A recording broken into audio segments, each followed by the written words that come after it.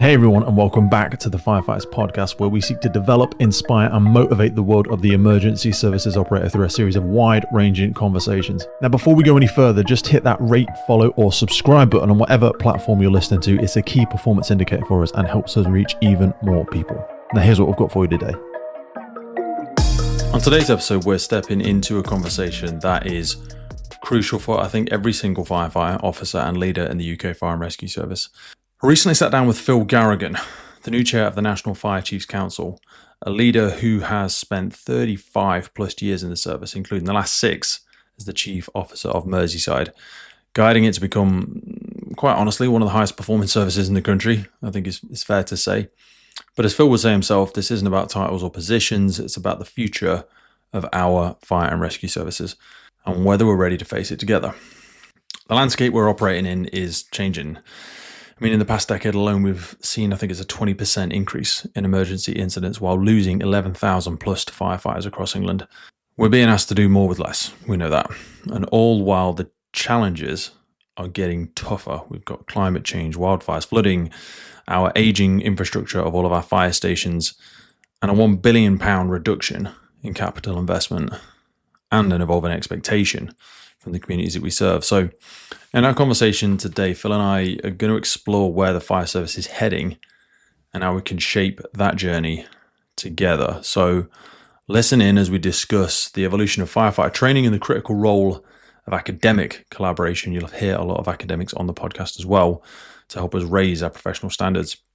We're going to talk about this vision for a National College of Fire aiming to standardise training and build consistent excellence across the UK. We go into the need for consistency in national guidance, which I'm sure is an ongoing frustration of so many people, and the expansion of national resilience capabilities as the nature of our emergencies that we face is changing. We go into some good detail around leadership, emotional intelligence, and how common this is or isn't, how are we training it, talk about feedback, and how it must be at the core of our development if we want a service ready for the challenges of tomorrow. Yes, we talk about the type of people that are in it, but we also talk about the type of people we're trying to attract. We talk about the importance of diversity, inclusion, values in recruitment, ensuring we remove barriers while maintaining high standards, never lower the standard for those who join our profession. We're going to look around direct entry, new technologies, and inspection regimes, and how these are framed to drive performance if we embrace them wisely and not fearfully, which I'm sure is easy to say for anyone that's had a good report. But these are there to help us. And then we even go into how we face these pressures. Firefighting remains one of the most fulfilling and impactful careers people can choose.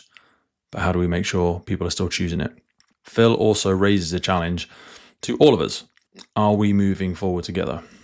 Or are we leaving some people behind? Are we shaping the future or letting it shape us? Because the truth is, the public is relying on us not just to turn up, but to be ready, to be skilled, to be professional, and to adopt to a changing risk profile that we're going to face every single day. And that means we need to plan for the future of our services just as seriously as we plan for the next incident. So as you're listening in on this conversation, hopefully you'll find a lot of it interesting, but I encourage you to think about your role in this future, whether you're a firefighter on the watch, a station officer leading your team, or a chief shaping strategy. Are we prepared to challenge ourselves? Are we going to collaborate? Do we know how to innovate, and are we embracing it? Have we got the right people on the boat to help us with that innovation? We need to continue learning, and we need to continue earning the trust of our communities, because the future of the fire and rescue service isn't something that will just happen to us. It's something we must build together. So join me and Phil as we look at the road ahead, what we need to protect, what we need to change, and how we can all play our part in ensuring the UK Fire and Rescue Service remains strong, relevant, and ready for the challenges of tomorrow. I'll see you on the other side. How's retirement serving you? Because that must have lasted all of about 6 hours or a day or 2. Yeah, I'm not sure it even lasted a day. So I retired from Merseyside on the 31st of March and started with the National Fire Chiefs Council on the 1st of April. So fantastic. Not a very long break, in fairness. No, well, there's lots of frames to look at through, isn't there? There's one of relevancy and currency, because the information and the experience, you did 3 decades. You did in the service? 35 years I've done in Merseyside. 35 in Merseyside. So the relevancy and finger on the pulse and all that sort of stuff is sometimes a thing that people throw at advisors or heads of things in different organizations relating to the first responder community. And they're like, oh, what does so-and-so know? They haven't been in the job for 10 years. Your thing went straight from one to the other. But retirement, we'll just go here for a second, is a really scary time for a lot of people. I speak to a lot of people who have either just retired, going towards it. So as a quick 5 minutes, I wanted to ask, as you headed towards, it's like getting off a speeding train. It can be really, really exciting, scary for a lot of people. How early in the time did you think, no, I've really still got a lot of passion for this thing. I want to find a way to continue to serve it? Yeah, if I'm being honest, Peter, I really struggled to leave Merseyside Fire and Rescue Service. 35 years is a long time, and I've done 7 years as the chief. And so the opportunity to move out of Merseyside and into something equally as kind of forward thinking and progressive in regards to the role in the NFCC was an opportunity for me to leave one part of my career behind me and start a new one. So it's part of that transition, really, that transition through to longer term retirement, I suppose. And even in the conversations I've had with loads of firefighters and loads of fire and rescue service staff over the course of those 35 years, what I've said to each and every one of them is, know what you're going to do the day after you retire. Yes. And plan a little bit for that retirement. Don't just stop and then think to yourself, what am I going to do now? Yeah, when you hear people go, oh, what are you going to do when you retire? And they go, nothing. And I go, oh, you're probably going to pass away quickly then. And I say that with respect. Like, I've known a lot of people, the mind and the body, if you don't give it a purpose, you don't give it a stimulation, it will atrophy. It's muscle. It's all, you need to have a reason to get up in the morning. And also in our sector, we're quite conditioned to service, aren't we? I always say people don't join the fire and rescue service for the income, they join it for the outcome. Do you know what I mean? Even people, oh yeah, well, chief fire officers, okay, yeah, they earn more money, but it's all relative. They're not going to be multi-millionaires unless they're doing something different than big business on the side or whatever it might be. Do you know what I mean? We're very service orientated. You can get very conditioned to, I like a routine, I like a sense of purpose, I like to know that what I'm doing is making a difference. And I think and the camaraderie as well. Merseyside's big on camaraderie. I've been very lucky to spend a lot of time down there, whether it was with the USAR stuff that I used to do, the ISAR stuff, or I've been down there with different organizations assessing the training center. I thought the last one was good. The new one. The new one's pretty impressive, isn't it? The new one is really good. That was quite close towards the end of yours for the team to get it over the line, wasn't it? How soon was that open before you left? Because that must have been a nice thing to finish on. Yeah, it was a lovely thing to finish on, and probably 12 months there or thereabouts, maybe a little later than that, really. But £40 million investment in firefighter safety. To be perfectly honest with you, the facilities reflecting all foreseeable risk as we envisaged it in Merseyside. It is state of the art. It's cutting edge. And look, I'm very proud to leave that as a little bit of a legacy from my tenure in Merseyside. You are only a guardian of the service to some respect, and I think that's a nice little legacy to leave behind, and very much focused on ensuring that the firefighters of the future are equipped and skilled and can do their jobs effectively. That's probably a nice segue. When we talk about the expanding role of the firefighter and how things change and all that, what was training like when you joined? Just take us back 35 years for a second. The role has changed a lot in that time, and what sort of resources did you have? What was training like? The good, the bad, the ugly. Yeah, muddy fields and four walls running from one side to the other, and a couple of ladders and maybe a tower. And I do recall going onto a fire station, and my first kind of impression of landing as a shiny new recruit onto a fire station was to be met by a firefighter of long service who said, "You do realise, son, we don't train here." And that was my introduction to station life, and I think they perceived that as being professional. I mean, there's pockets of that everywhere, but I'm probably conditioned a lot by some of my conversations with Dan Stevens, but I was from Merseyside, quite serious about being good at the job. I think your training school, and I don't know if, correct me if I'm wrong, but when I used to spend time down there, even just last year, I think it's one of the last places they still recruits run everywhere. Is that still the case? Yeah, we double. Know. Yeah, no double. Talk to me about that. Because I'm very romantic about that, but it might be a bit of an emotive topic for some people. We're not going to spend too much time here, and if we can avoid it if you want to, but like, I like it. No, look, and I suppose it's about setting standards from the outset. We're bringing people into an organisation where you can be putting your life at risk, and so you want to be assured that people can follow direction, follow instruction, and do so at pace and in time. And so you've got to set that kind of those standards and those boundaries in the first instance is my view, and always will be. Because you're getting people who are coming in off the streets who've worked in a multitude of different environments, from banks to shops, to the military, and a whole raft of different career paths that have brought them to the fire and rescue service. But we work as part and parcel of the team. We follow instruction. On the incident ground, it's hierarchical, and so you need to instill some of those behaviours in from the outset. That's not about being draconian in practice. It's just about ensuring that we know that we are a uniform service where standards of behaviour are required to keep people safe. I always used to say when I worked in training school, I want you to move with a sense of purpose. Because it's not about beasting. We're not talking about beasting people. We're not rolling hose till people are throwing up. I think that's where people go with that sometimes when we start talking about that sort of stuff. No, that's not what we're saying. I'm saying move with a sense of purpose, because there are fatal consequences to getting this stuff wrong. There really are. Yeah. You know what I mean? The hose loses control, smacks your partner in the face, you don't foot the ladder, the person falls off. 1,000,001 different variations of not being where your feet are and moving with a sense of purpose. Yeah. Look, you want to create an environment where people learn.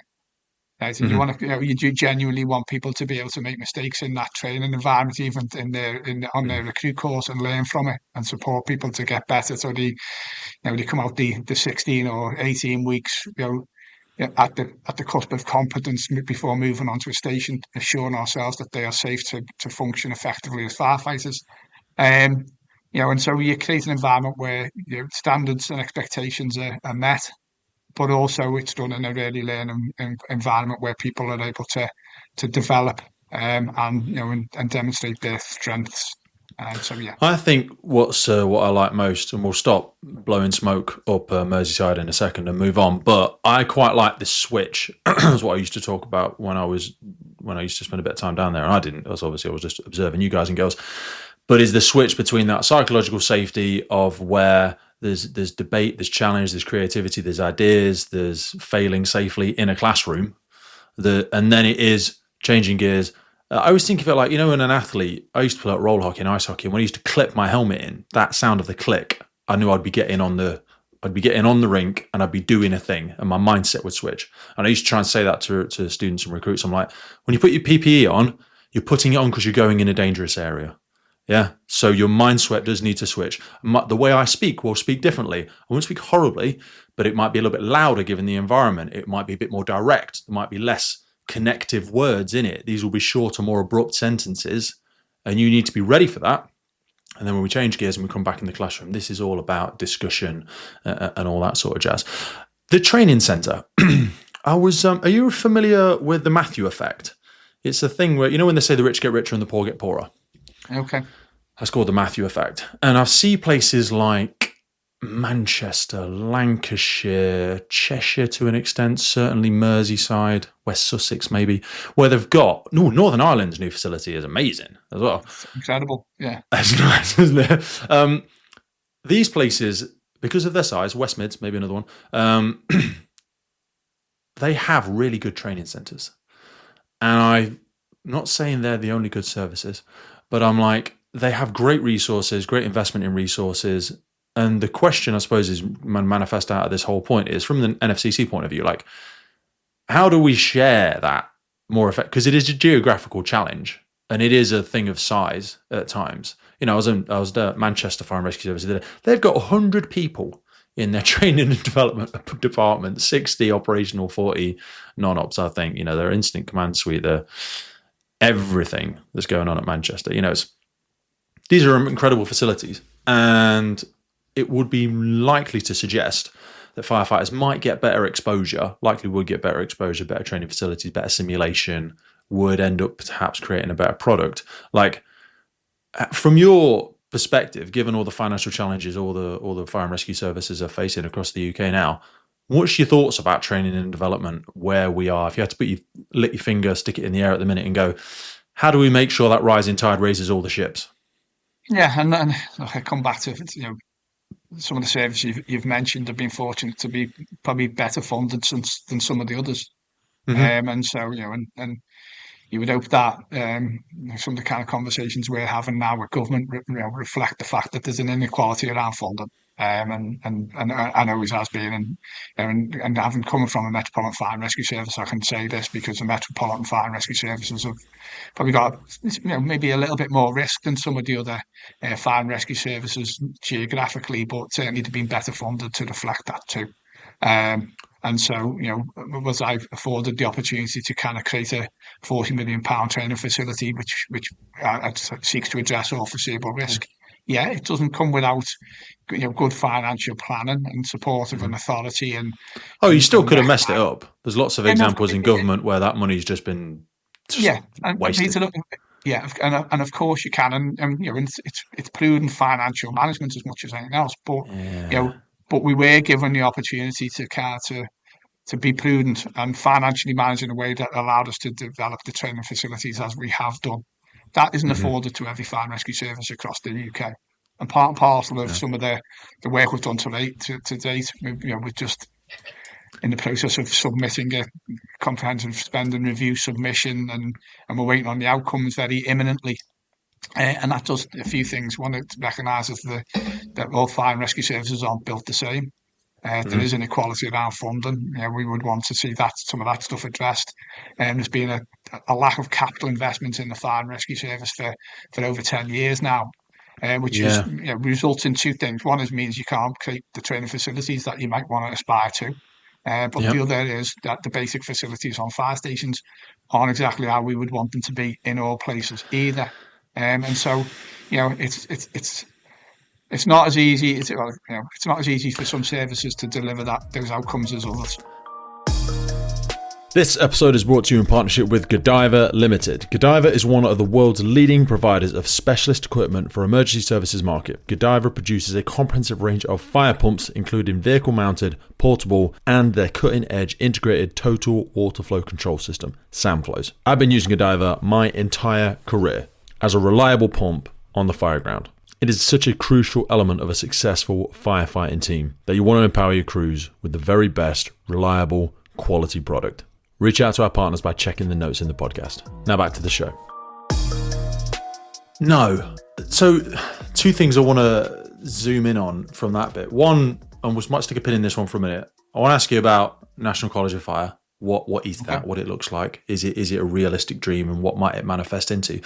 But you mentioned something there around, between government, and ultimately a lot of it comes through government, but would I be right in saying, is it about 40% comes from government and 60% comes from local taxes? Is it something like that? It varies from service to service, but but people think it all comes from government. It doesn't. I suppose local council is government as well, but you do get more or less because different tax brackets and all that sort of jazz. Grants or council tax. The combination of both of those things make up your pretty much your grant. So when we're looking at national requirements, when it comes, so we said we can't affect things locally, or we struggle to. If I used fire stations as an example, modernizing fire stations, a lot of beautiful old listed buildings, these things are in different places all across the UK. Things like gender neutral bathrooms, and I don't say that condescendingly, like it's not an important thing, but when it comes to things like that, do we not feel like, or even electrifying some of our fleets? I feel like if this is a move that the government wants us to make, like becoming green as an example, do you think stuff like that should be a bit of a separate investment? Because to ask a fire service to say, I want you to change all of your fire engines to electric, or inner city London, inner city Merseyside, wherever, who'd like you to make a move towards this. Some of this stuff's really, really expensive, especially investment in assets, new fire stations or new offices or whatever. These things are big, long-term investments, aren't they? Yeah. And so, so yes, to answer your question, if you went back a good number of years, Fire and Rescue Service used to receive capital funding to do exactly what you're describing, invest in Yeah. the infrastructure, build fire stations, ensure fire stations are fit for purpose, and the Mm-hmm. facilities for fit for firefighters to work from. That funding ceased through austerity. Most of the public services still receive capital funding. What Fire and Rescue Service have had to do is build up revenue funding over many years to then reinvest in their building stock, their fire stations. So that is part and parcel of the latest kind of spending review submission, which kind of says, look, we need to kind of reverse some of those decisions and see that investment back in. So not only does it ensure that our stations are accessible, irrespective of the diversity of your workforce. So they welcome them, they encourage people to come because they can see facilities which reflect their needs. But also when we are dealing with kind of the risk of contaminants and cancer and firefighters, and making sure that the facilities for firefighters kind of reflect and mitigate against that risk as well. So, it's twofold really, the discussions with government. One is about making sure stations are fit for purpose, but equally they are managing known risks out there. Yeah, and things like electric vehicles, battery energy storage systems, wildfires, lots of these other the parts of the expanding role we referred to earlier really are increasing. I remember looking at some data. How do you feel when people say that we're less busy? I mean, looking at the stats, I think it was something like 600,000 incidents last year, 20% increase on a decade ago. But people obviously say we're quieter than ever. Well, it is I think 65% of that increase was non-fire incidents. I think something like that. Yeah, it is, and to some degree, fires have gone down, but other incidents have increased.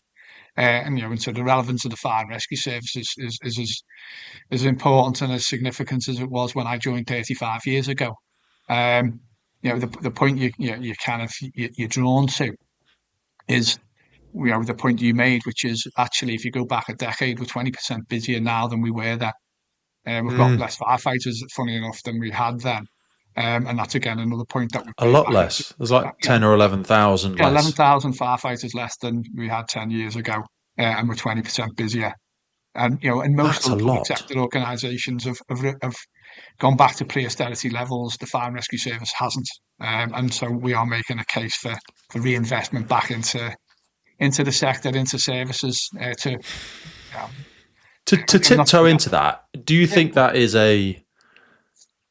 what is that? Why are we the neglected child of the first responder community? Are we not playing ball very well? Do we not behave very well? The government just not like us?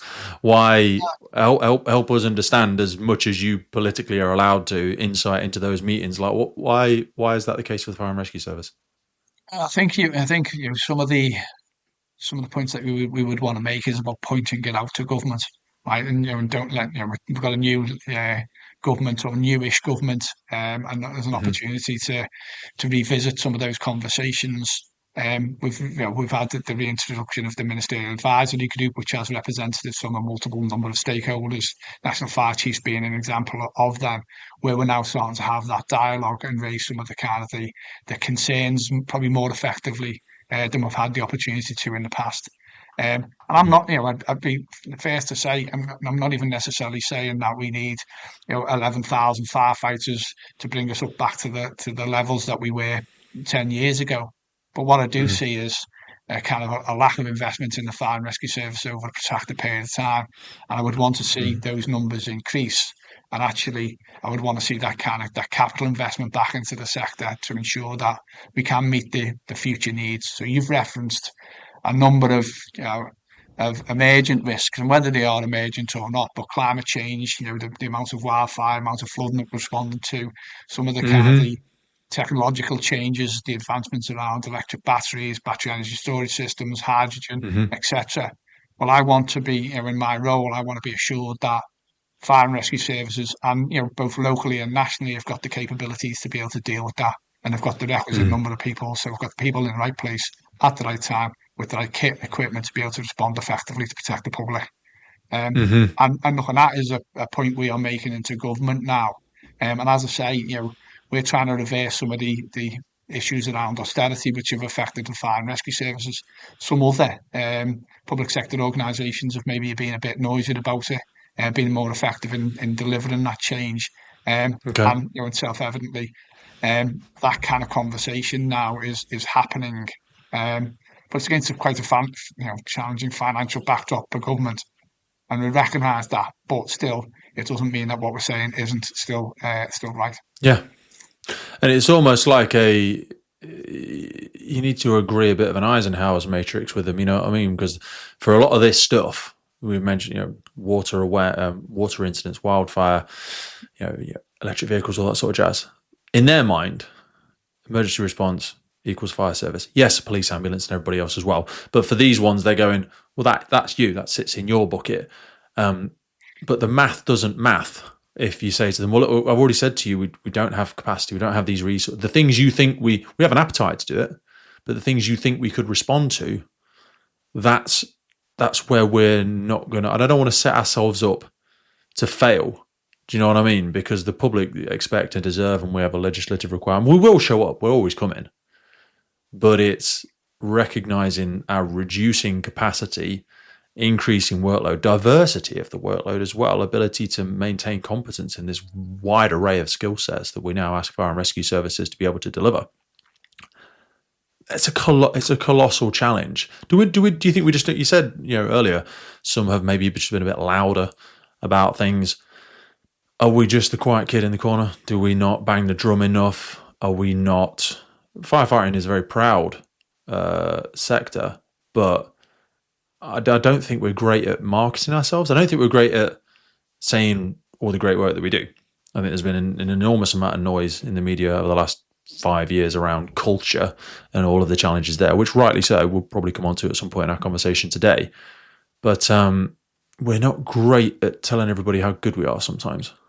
Well, I think that's inherent as being a firefighter, if I'm honest with you. We roll our sleeves up and get on with some stuff, irrespective of the circumstances. However, I think there's a recognition that we need to be a little bit noisier, and not just kind of accepting of some of the kind of the cuts that have been applied to fire and rescue services over many years, and self-evidently within previous government arrangements. But I think the most important point for me is that people make decisions based on the fact. So you kind of come back to the relevance of the fire and rescue service. If me and you were having a conversation and it was about number of fires that we responded to, then I think people would be able to legitimise the fact that there's been a reduction in firefighters and a reduction in funding because the demand has reduced.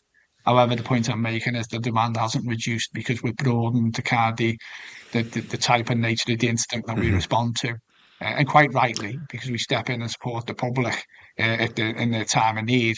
But that 20% increase in the number of incidents that we're responding to isn't reflected in funding that we receive and our investment back into fire and rescue services. And ultimately, I want to make sure that every fire and rescue service in the country has got the ability to respond to all the foreseeable risk that they will face over a kind of a career of a firefighter. And that's the bit that drives me.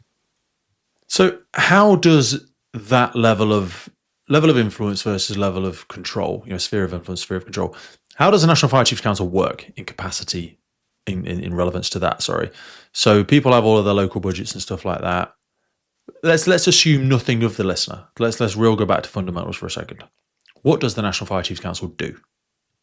Okay, so let me speak about my role particularly. Yep. So I'm there to represent chief fire officers over a multitude of different areas into government. I'm also there to advise government, arguably, around the implementation of policy and procedure and sense check the logic and the legitimacy of some of the approaches. So if I take the fire and rescue services and some of the things in the first 8 weeks of my role have kind of just been at the focus of my attention. Things like the response to Grenfell recommendations and ensuring that there's a coordinated response. So we're not doing things, 40, 50 times independently. We're doing it wants, and we're coordinating and collaborating around the endeavour. But equally, that extends to that kind of that reach back into government. I've talked about the comprehensive spending review submission, that real reflection of recognising that there's an inequality across funding for fire and rescue services, but there's also been a disinvestment, and how can we challenge the kind of funding arrangements that we're receiving based on evidence. So you go back to, I'm not trying to suggest that we're going to more incidents because it's just an anecdote. It's not. It's fact, and self-evidently you would want to be funded in that way. So it's coordinating the voice and the opinion and the views of the fire and rescue service, and equally, leaning someone.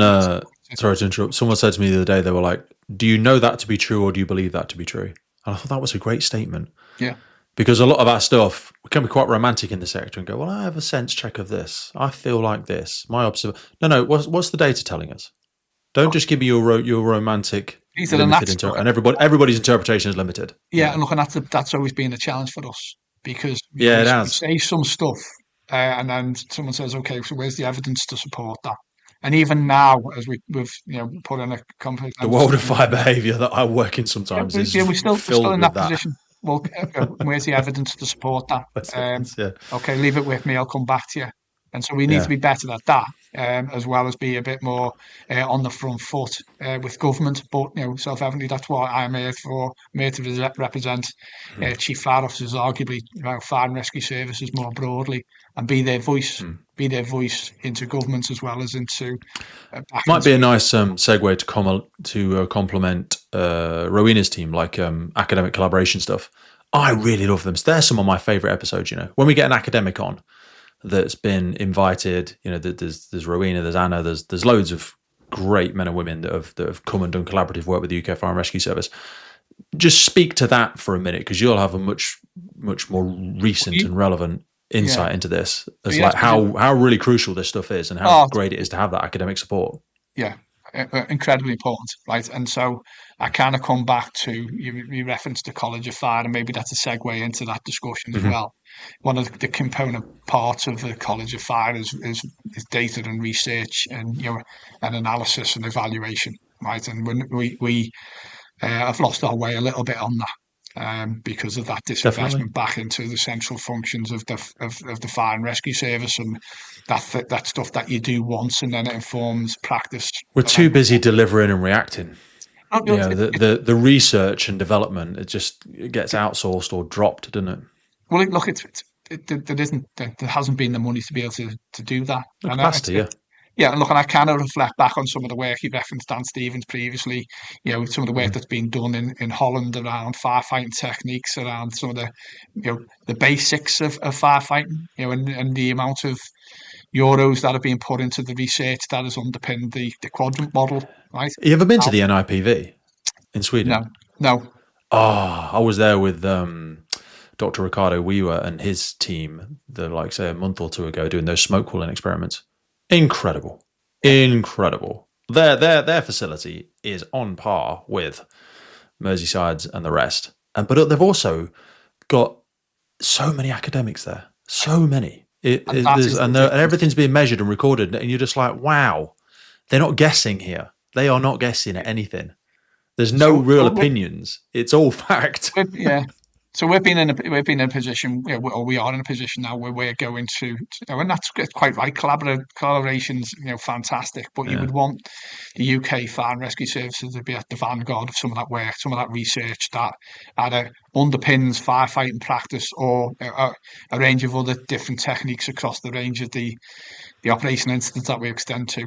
And that's the beauty of ACER and the work that Rowena's now coordinating on behalf of and supporting on behalf of the NFCC. But it still needs that inward investment, financially, to be able to enable some of that research to take place. And as I say, functions of a College of Fire, research has to be a fundamental foundation on which the future is built. So, I know when I've been speaking with Rowena and a few others, we'd spend a little bit more time here. One of the big challenges they face is because we've done so much siloed working in the past, the way a lot of services, and some have gathered no data, but a lot have gathered good data. but it's not, it's hard for it to be comparative because they've all done it in a little bit different way. And it's, from speaking with academics, it can be really, really difficult. No, it is. And look, we are far better now than we were. Right? If I'm being honest with you, if you probably go back to COVID, fire and rescue services across the UK coalesced around doing things better, working together. And I think we've come out of COVID a lot stronger and more cohesive as a group of services. And actually, when you look at some of the funding that has come from government, I know it'd be wrong of me to suggest it hasn't, and certainly of late that investment back in started to put somewhat of that central kind of engine room back together again. Now we're nowhere near there yet, to be perfectly honest with you. If you look at comparisons with maybe the police, but we're starting to put an infrastructure in place which allows us to be more consistent. But there are still gaps, and research is one of those gaps where you need to have really good, strong research to inform really logical, legitimate, safe practice. So two threads I want to pull on from that. One is to continue down the rabbit hole of the National College of Fire. What might that materialize into? Will it be a physical thing? And also to reference, I remember, I forget who it was on LinkedIn, but they were saying, all this has been done before. Yeah, when we had the Fire Service College, that's kind of what it was. I mean, the Fire Service College was obviously heavy for the first 20-something years of your career. There was a lot of stuff going around there. These are all my words, not yours. It kind of lost its way a little bit in a lot of people's thoughts and things, and then it had challenges and it got purchased by an external company. Now it still exists, does a lot of different work, a lot of great resources there. We're probably never going to get something like that back again, I probably believe, without a massive investment from government. So what would something like, what is the National College of Fire going to be? Something that lives in the ether, that informs and guides things? Do you anticipate there being any kind of physical location for this sort of stuff?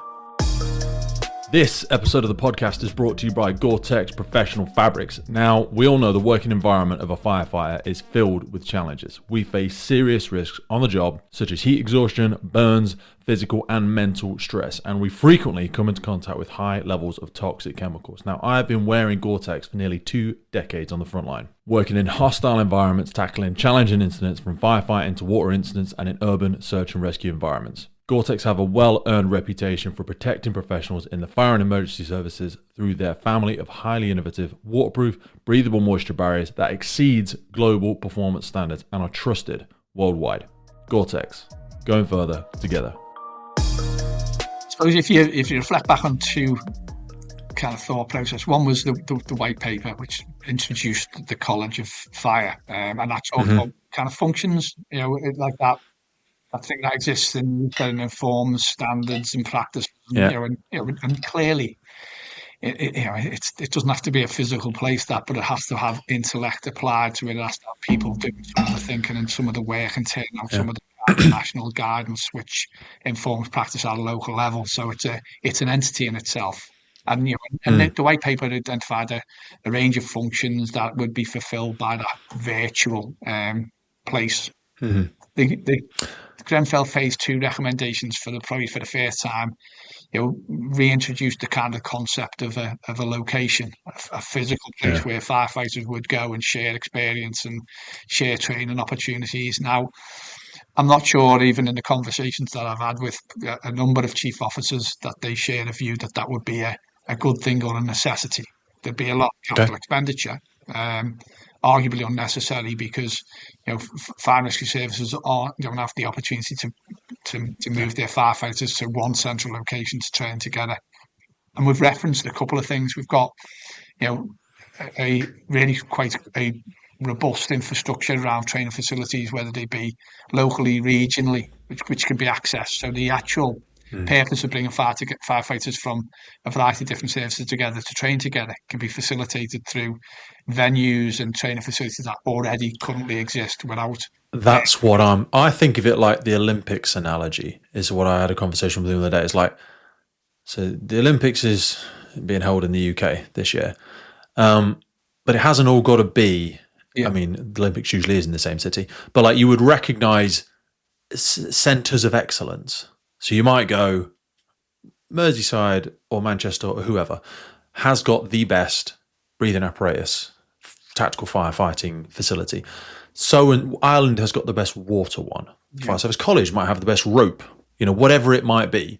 And then through that process of sort of exchange of funding whereby 3 members from every single service go down to Merseyside for a week and they run a National College of Fire course that has standardized as aligned to NOG and all that sort of jazz. And then they go different because, like you say, you haven't got to reinvent the wheel. It's more about being effective and efficient. And if we're saying let's share the ownership of this and share the collaboration and share that sort of development of these skill sets, a lot of places have already done a lot of great stuff already. And that I'm not saying we could train there every week. People couldn't be going up and down the country as a geographical challenge, but that's like where my head goes to. But I'm sure everyone gets in solution mode. Like when you've been having those conversations, is that something similar to? Yeah, that's where my head goes to. Exactly what you've described is, seems to be the most effective way to discharge that recommendation. Yes, coming together and training together and sharing learning and skills and understanding across fire and rescue services is a really good thing. But you can do that, without having a central college facility. You can do it in a range of different ways with specialist capabilities delivered in a variety of different locations, or delivering some of the stuff at a regional level. So there's ways which that recommendation from phase 2 can be met, but then you draw back into a variety of the other functions of a college, which actually a number of them are currently being met to a greater or lesser degree by the National Fire Chiefs kind of council setup. Could be enhanced, but that's based on probably funding as much as it is anything else. But a college to professionalise the fire and rescue service to ensure heightened levels of consistency.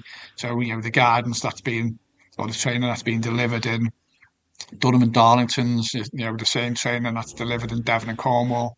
Those kind of things are self-evidently the standardisation of practice that we would want to see delivered through a college of fire. Wildfire is a good example. That there's certain counties that have just done significantly more of it. They just have, because it's a big risk profile for them. But everybody certainly needs input, and like we've seen with the trends of increase in these types of incident, and when they do happen, they're incredibly resource heavy. Sharing that best, because wildfires is a very difficult thing to you can simulate stuff in classrooms, but to do exercises against it's a big thing to do. Do you know what I mean? So you've got Northumberland, South Wales. Some of exactly. the work that they've done is Craig Hope. I've had lots of chats with Craig in Wales. He's really, really knowledgeable. Yeah, and so why wouldn't you utilise the skills that have been developed over time and disseminate that and share that across the UK Fire and Rescue Service, rather than kind of creating something again independent of the kind of the work that's been done to date? So yeah, I couldn't agree more. So outside of yourself, what else makes up? Because I'm assuming it's not just you. Oh no, it's not just you. There's a lot of other people have roles in the NFCC. Not many of them, I believe, are full-time roles. How does it work with all the senior leaders across the UK? Do they all have to take a reference, or are they given one? Do they choose one? Is it just expected that they will take one on? How does it work? So it's a combination of, really, and certainly dependent on the subject matter, we would want that kind of leadership from within fire and rescue services. So as it stands now, I in my role, I am representative of all the UK fire and rescue services chief officers and their views into government, as I previously said. But we structure ourselves in a way which we have kind of committees which are very much focused in on delivering improvement and kind of and on occasion change within fire and rescue services. So whether it be prevention, protection, all the challenges that are sat within those particular fields are picked up through a committee structure, and work is done. Some of it's done by central teams, so people who are employed, but the vast majority of it's done through people who are volunteering their time and expertise from within service. And that is. How does that work in terms of pay? Sounds weird. I don't know if I'm allowed to ask this question, but like they do it during their full-time job. I'm guessing, obviously, that's not billing overtime, but they're probably very busy in their day-to-day role. You've been there, done it. Like, how much spare capacity do you have to really start critically thinking about national infrastructure if you're the lead of TASMAT or whatever? Well, look, I think some of that stuff comes with the territory and that role within.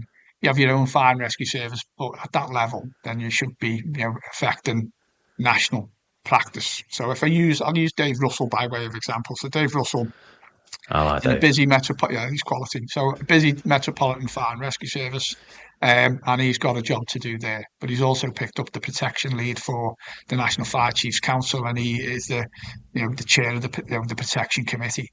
Now he has people who work and support him to deliver against those objectives, those ambitions, and he's got a small team sat within the NFCC which he draws on to help him implement his plan.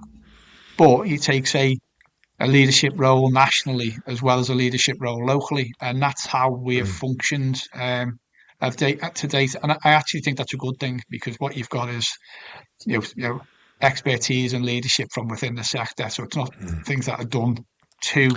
Tell you what, Ben Levy as well from Greater Manchester, he's also really good. Yeah, really no, they've nice done. bloke. As I say, you've got people that genuinely the length and the breadth of the country, dependent on subject matter, dependent on um, their organisational fit, who are delivering for the UK Fire and Rescue Services on top of the day job. So they give up their time to make sure that the things that we are doing are as effective as we can possibly make them, based on their knowledge and experience and the use of others. So when they draw that knowledge and they feed that into, I'm assuming, national guidance, talk to me a little bit around national guidance. You don't have to do it. Or does everybody have to do it? And if you have a good excuse why you're not doing it, because then there's also variations in equipment and all that sort of jazz. Everyone buys something different because the funding, but that might change the tactics. It shouldn't really change the strategic goals of that response to an incident. But we still end up with a lot of variation. Like, for people that are completely unfamiliar, and again, some of these people listening will be like, oh, this is obvious stuff. But like, what's the ruling on national guidance? And also, I've got some big frustrations with the website personally, but we'll go into that in a minute, maybe. Okay, you can maybe give me that feedback afterwards. But Yeah. look, some of this stuff is about I don't know. The reason why we are having a conversation about a College of Fire is because there is inconsistency across UK fire and rescue services, and some of that can be based on funding. We've touched on some of those things. Some of it is based on I don't know, people not necessarily adapting to the national guidance maybe as effectively as we would want them to be. Why can't we make them? Well, or should we? Right, and some of that stuff. Well, some of that stuff is part and parcel of the mandation part of that is part and parcel of the College of Fire discussion. And if you spoke to any chief fire officer, actually they want fire and rescue services to be more consistent. So I've said that actually things have significantly changed over my certainly tenure as a chief in relation to the role of the National Fire Chiefs Council and that aspiration to be more consistent and work more collaboratively to get more consistency. So this is work in progress. Now, what you've got to factor in as well is whether it be a national guidance or a national standard, you've now got the inspectorate. So the inspectorate come in and take a look. Yeah. Now, you would be foolhardy to dismiss. You've got to have a bloody good reason. Yeah, exactly, because they look at whether you're meeting the standard. If you're not meeting the standard, then you would arguably expect to be judged as inadequate or required. Have you risk assessed this intentional decision to step away from recognised guidance? Yeah, so all of a sudden, inspection and assurance starts to apply consistency without it being mandatory. However, you do fall back into if we've done the right research, if we've got the right evidence base to inform national guidance, which was underpinned by that academic rigour, then why would you not adopt it? Because in not adopting it and coming up with your own way of working actually puts you or your service at more risk. And so, do you think any of it's ego? No. Well, There's a little bit of empire building. These are my words, not yours, but sometimes there is. And also, if people don't feel listened to and included, I don't know who would, but I'm sure some will. If Ben Levy comes out with, so here's an example: staircase procedures, Greater Manchester, great. I love it. You know, the air monitors, the freedom for crews to go above the seat of the fire with all the correct PPE and all this sort of jazz. I can't remember if the unions are against it or not, but anyway, something was big against it. But they do it. I think it's great. It would have helped with some of the Grenfell recommendations, and I might be stepping all over something and getting some bits wrong here. But like, why is that not in national guidance? This might be not a good example to use, so feel free to use a different one. But no, look, and some of that stuff is underpinned in national guidance to a great degree. yep. It's not maybe specific around the tactics. It's not mandated either. Would apply. However, you know, there is a variety of early adopters around that kind of some of the approaches that you've described in Manchester, you know, Kent, Hampshire, and Dorset, Wiltshire being examples of that. But actually, I like it in the nicest possible way, Peter. You know, in the early stages of my tenure as the National Fire Chiefs Council chair, we've re-engaged in that conversation nationally with the representative bodies as well, because you know there's an importance of working through some of the approaches that we're proposing, you know, understanding the kind of benefits, understanding some of the challenges, understanding some of the control measures, and then landing on somewhere which we are all comfortable with, and which can be consistently applied across the UK. And that is as we're kind of having this conversation now, that is work in progress. So some of those meetings are being convened and some of those discussions are taking place. So we have the discussion once and then we apply the procedure consistently across the board, rather than have a variety of different shades of the same thing. I wanted to circle back for a second. We spoke about resources earlier. We didn't speak about national assets, which most people will be familiar with. A lot won't. I think some people don't know what got reintroduced, what got reinvested in and kept when the initial funding ran out. So maybe very briefly tell people where some of these national assets came from and why we got them. Okay. What are we doing now? What's available? Yeah, okay. And look, you asked before around where funding came from, and I said, you know, council tax and government grant, and that is absolutely true. And then on occasion, there's additional grant funding comes in through government, and the national resilience capabilities are an aspect of that. And if you want to go back to where was this, you know, where did it generate from, and where did government feel that there was a gap in that national capability? It goes back to 9/11. And the terror threats and the new dimensions, wasn't it? Absolutely, you know, new dimensions and kind of, you know, concerns over, as you say, terror attack. But that's evolved over the period of time, and so you've got a multitude of capabilities from urban search and rescue, detection, identification, monitoring, high volume pumps, and so on and so forth. And they are, again, the canine units are great as well. Yeah, look, absolutely. They're fantastic. And we've built on that over time. You know, canine units are an example. Drones are a similar example of where you start to grow the capabilities nationally and be able to deploy them effectively. So the national capabilities are there and they're geographically spread, and they are there for the whole of the UK Fire and Rescue Service. You know, predominantly England, Wales, you would argue, right? But do you think response to EVs will make it into that? Because and again, I'll try and tread this one carefully so I'm not promoting any businesses, but like I've been and spent time with some types of technology containment units that talk about as a solution to EV, and I've had a lot of conversations with Professor Paul Christensen about what is and isn't, should we be putting these things in water, should we be piercing them, should we be misting and containing them, all of that sort of jazz. I see these as being regional or national assets, being the quite low frequency still. I mean, there will increase likely as there's more and more of these vehicles out there. But they're one of those things that's probably rarely used and is very expensive. I wonder if that's going to manifest itself into a national or regional asset supported in some capacity by the government. Okay, it depends on what works.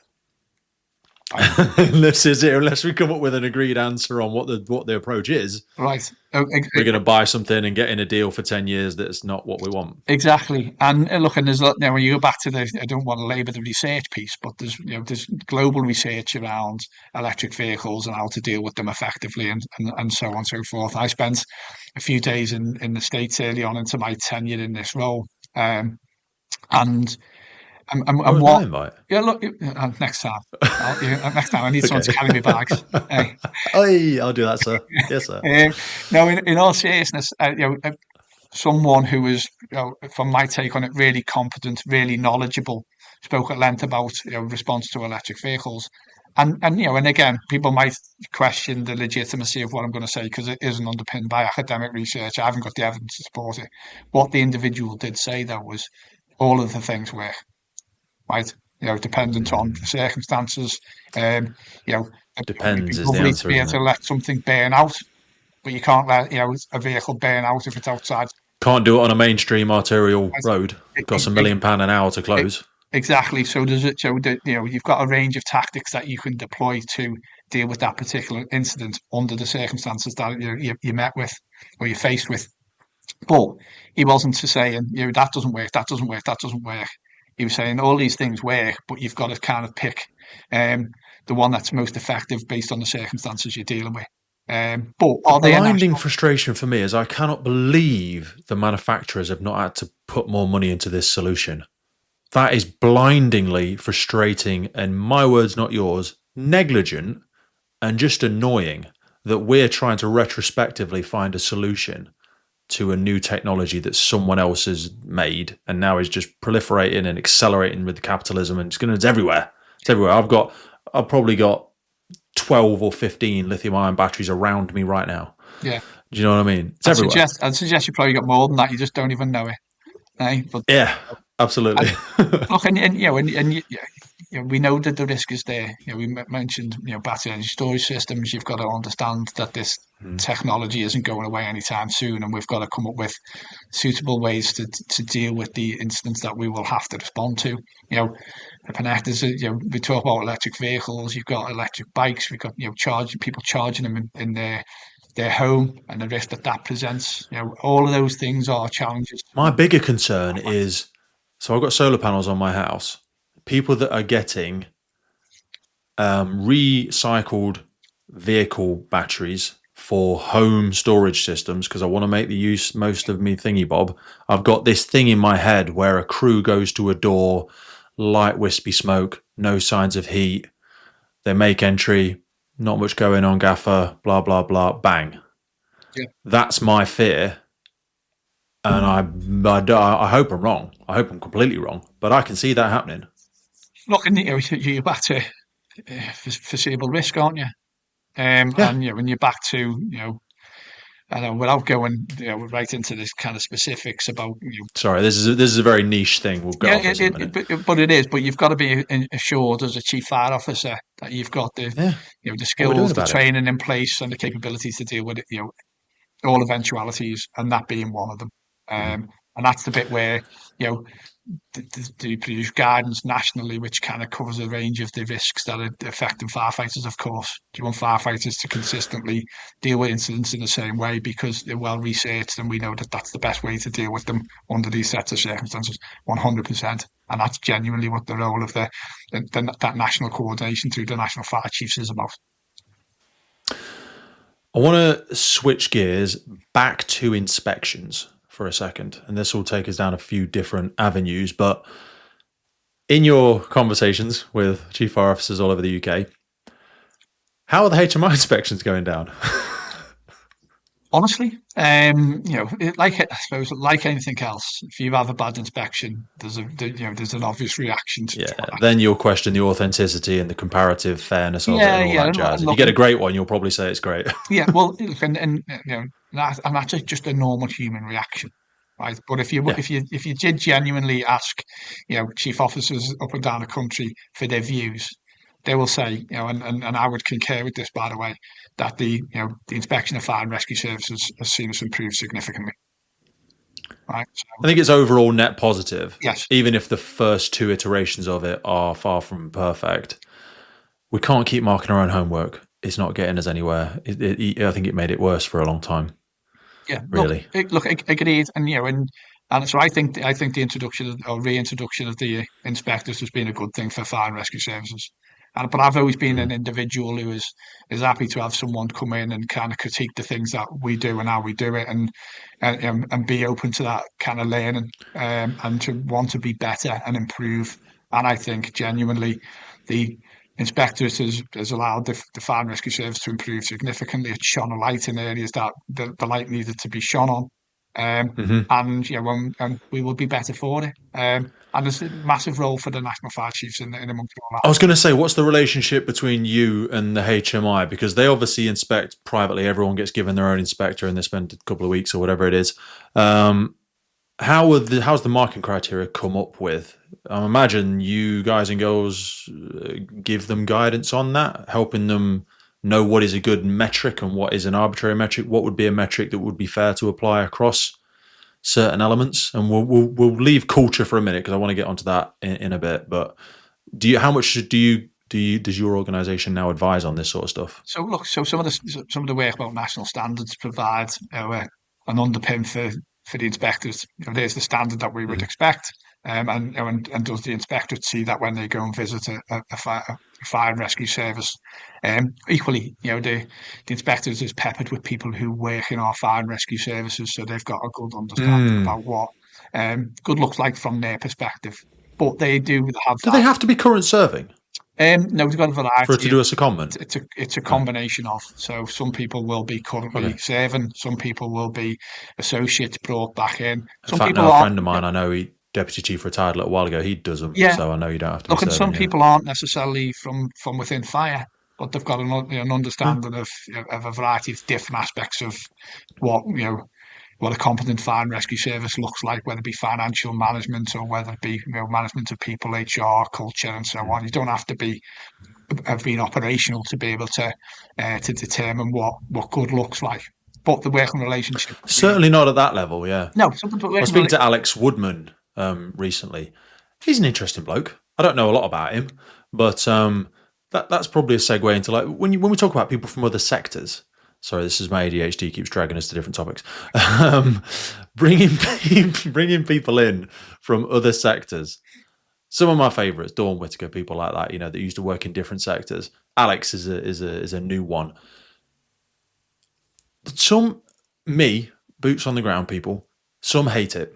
I don't hate it, but like people my level sometimes hate it because they're like, what do you know, Phil? You used to work in Sainsbury's, CEO, whatever. At that level that you used to be operating at, I suppose you're still operating at now, but obviously you're not a servant chief. You're managing a multi-million pound organisation. It is a very different skill set.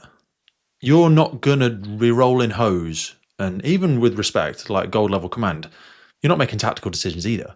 So there's a lot of filters between you and the front line before you making a silly decision and someone falling off the edge of a building or going into a hazard area that they shouldn't be going into. So I think I would question my personal opinion. I'm nervous sometimes at SM level because they're still quite close to their thing. And as long as there's a long and diligent development process for these individuals, then it's okay. But like, if you got someone, a watch manager with low agency or low confidence, and a station manager that's not as experienced or advisor, there's a slight concern for me there.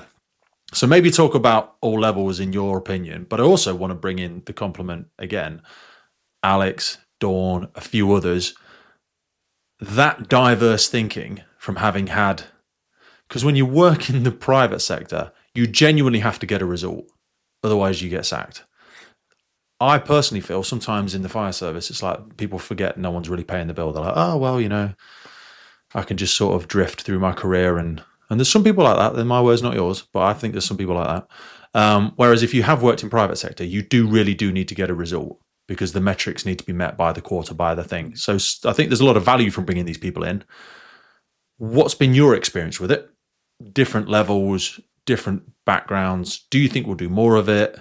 Do you think that direct entry thing has had its day? Will it continue? What's the kind of feedback and thoughts you've felt from it? Okay, so MSA are supporting us on today's podcast, and I chose to partner with them because I've been wearing this stuff for nearly 20 years, and they are the global leader in development, manufacture, and supply of incredible, safe products that really protect people, not just our communities out there, but also first responders, most importantly, all over the world. Get yourself over to MSA and have a look at it. The high-performance protective clothing for emergency services responders. They also partner with us on the UK Pink Firefighters. It's because we love them. The helmets with the reflective visor, the F1XF, absolutely epic helmet. And not forgetting how they improve firefighter safety through their connectivity in the connected firefighter platform. MSA are always pushing the envelope, and it's a real privilege to be able to continue to grow our partnership together. So whether it's your PPE, your bunker gear, your helmets, your SCBA, your thermal imaging, your Luna, or your portable gas detection, both of us know that this equipment needs to work. It needs to be high quality, reliable, and dependable in the moment. And that's why I use MSA, because they know what's at stake. Ultimately, you want the best people in your fire and rescue service.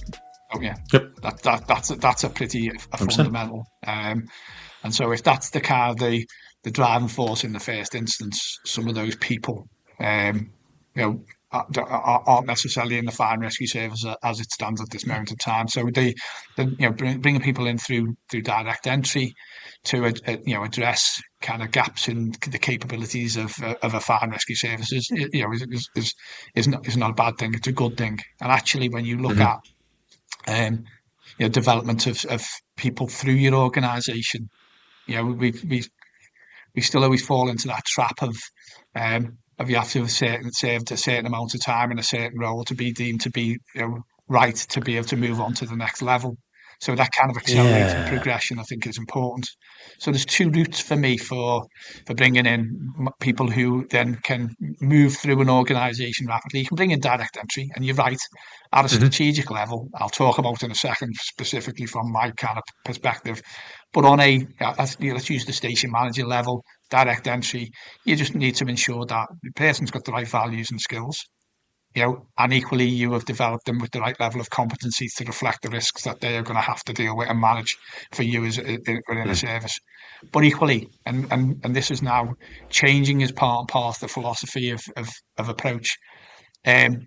With direct entry, we've kind of taken a look at it and gone, well, actually, direct entry is a thing, but actually accelerated development for individuals who we already know exist in our organisations, who've already demonstrated those values, is important. Yeah. Can we utilise the same thing? Recognising talent within. Yeah. I personally think we're not great. It's probably different everywhere. Places that I go, not great at it. Well, yeah, I'll give you an example, Peter, right? So, I've worked with some incredible people who work within the fire control group of a fire and rescue service, and who can take in information, assimilate the information, make decisions, right, instantaneously. Their cognitive bandwidth, they've got a lot of mental horsepower. They have communicate effectively, etc., etc. And is it within our gift for someone to transition from a role in fire control into an operational command role on a fire ground? Yeah, with the right levels of skills, training, and investment. I think absolutely, because you think about the cycles of conditioning they've had. Yeah, because they've not actually made, or they will have made some decisions, but they'll have heard the logic of it's been like an immersive simulation. The amount of calls and frequency they go through. Massive. And look, and it doesn't, you could extend that into other parts of an organisation where people have demonstrated the ability to make decisions, to manage budgets and so on and so forth. And you go, actually, they've got loads of transferable skills. But, we've gone, okay, direct entry, we'll go to Sainsbury's and we'll find a manager from within Sainsbury's. And look, that works. That works if they've got the right skills and values and you put that right level of investment. But don't forget the people who actually work in your organisation, who might not necessarily be in grey book roles at this moment in time, who have got the same skills, they've demonstrated the values, they understand what the fire and rescue service is about, and can we move them through the same pathway? Or can we move people who have come in at firefighter level more rapidly through the organisation? I was about to say, someone that was a doctor before, or they've got a master's in whatever, or maybe they've done none of that, and they've just ran a really successful building firm, or whatever. Do you know what I mean? But they've come in at firefighter level because they just wanted to change a career. Now they've started to understand it. They're a year or two in. Some of them are banging. In the last couple of months, and this is a different question, I've been contacted by close to 20 people, from crew manager all the way up to one area manager, who have just left the service. Okay. They didn't come to retirement. They've just left. they've banged their head against the thing for long enough. And I'm not saying this is a bad advert for the fire service, but everyone's situation is different. The frustration for some of those individuals, and the glacial pace, and the sometimes outdated systems of progression, and lack of flexibility identifying talent in certain places, not all. And some people, we need people to want to be firefighters forever as well. There are those people, and we need them. They are the backbone of the thing. We shouldn't bash anybody over the head for not wanting to get promotion. I always say development is lateral, not just vertical. You haven't just got to go up in organizations. But I think we need to, I know there's some work, obviously the practice to progress thing was one thing that came out. Now with the new leadership framework, we're seeing a lot more 360 feedback processes coming in. What's been some of your, when you've seen leadership development done well, what did it look like to you? Or, whether that be in your own organization, in different organizations, you haven't got to give specific individuals, obviously, but like in a utopia, what does good look like in the way we develop our, because we tend to do it solely from a command perspective, mostly. Like someone's got the operational skills and they've got the level 2, level 3, whatever. You mentioned Dave Russell earlier. Dave, I personally think in my experiences with him, has got a massively high level of emotional intelligence. Yeah. But I think that is by accident, not by design. I think that is just perhaps who he is, his own life experiences. But I don't think that is the same across a lot of senior leadership. I'm not saying a certain percentage. I'm just saying I think he's a bit rare. I'm sure you know many that are the same, as have that similar skill set. But when we talk about culture, that's one of those things, psychological safety, emotional intelligence, all that sort of stuff. So 17 questions, as I always do, but like leadership development, talk to me about that. Maybe go into let me just close off that previous question, because it links. Sorry. No, it's fine, Peter. So what I'm saying is there's a multiple different routes into a career in the fire and rescue service at those variety of levels. So you can come at that strategic leader, when you've referenced Alex, you've referenced Dawn, you've referenced some others who bring skills from outside and then apply them in a fire and rescue service context, and demonstrate competence in that role.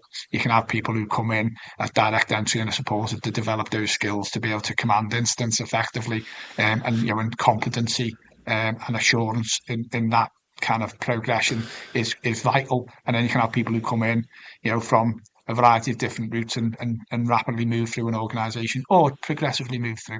So it's there's multiple ways of landing in the role of the chief fire officer, but all of them are predicated on bringing people in with the right values and skills and behaviours to be able to act effectively in that role, which then comes back into your point around leadership and development, and it starts at the recruitment stage. You wouldn't be surprised for me to say that, and you don't necessarily recruit people on their academic knowledge.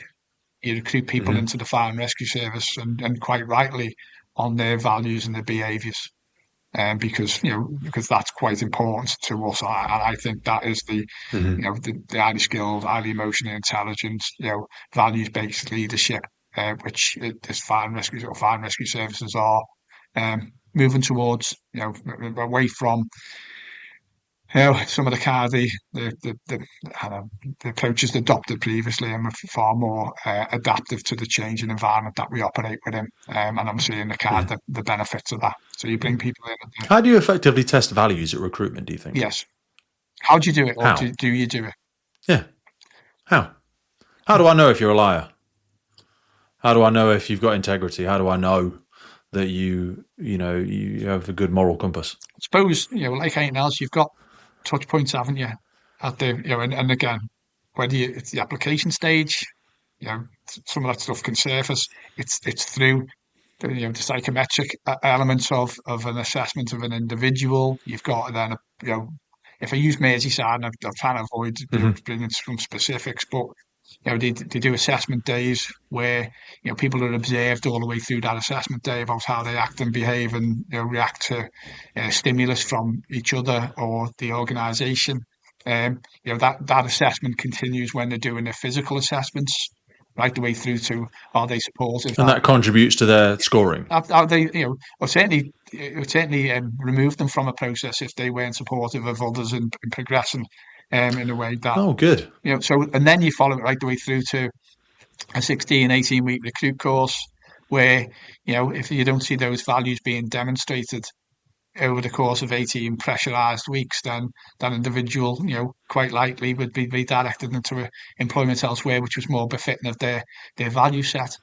Now, that sense check needs to follow right the way through a career, through an individual's continued professional development, through an appraisal process where we've identified your behaviours being a right fit for us, and we would want those behaviours to continue long and into the future and for a fulfilled career.